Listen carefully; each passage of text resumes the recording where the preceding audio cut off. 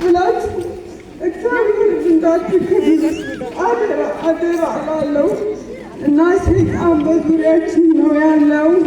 ራሳችሁን ጠብቁ፣ እግዚአብሔር ቤት እንዳትወጡ እና የመጨረሻ ቀን ወደ ሀገሬ ልመለስ ቤተክርስቲያን ነበርና ለዛ ነው ምስክርነት ልሰጣችሁ የመጣሁት። ምክንያቱም ምናልባት እንደኔ በራሳችሁ ፍቃድ ከሀገርም ሆነ ሀገር ውስጥ ሆናችሁ በግድ የምታደርጉት ነገር ካለ ከእግዚአብሔር ውጭ የሆነ ነገር ውስጥ ካላችሁ ራሳችሁን አውጡ።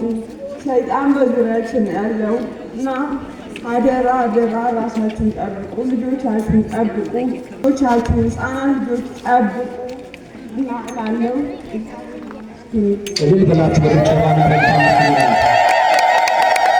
በደንብ ሰምታችሁት ከሆነ የጥልቁ አምላክ ሉሲፈር ነው። 666 በእሱ ቁጥጥር ስር ወድቃ ነበረ። መስዋዕት ያደርጓት ስትል ነው መድኃኔዓለም የኔና የእናንተ እናት ወላዲተ አምላክ ቀድማ ደርሳ የነጠቀችው ከዛ አውሬ እጅ ነጥቃ እዚህ ያመጣቻት። ከባህር ማዶ ነበረች።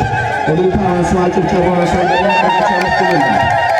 ለመድኃኔዓለም ለጌታችን ለኢየሱስ ክርስቶስ ለክብሩ መግለጫ እንዲሆን ስላዳነኝ 1 ኪሎ ዕጣንና 1 ጥላ አስገብቻለሁ። እኔን የሰማ የረዳ አምላክ እናንተን የሚረዳችሁ አንድ ያሳምርላችሁ። ወይዘሮ ቦሰና ፈንቴ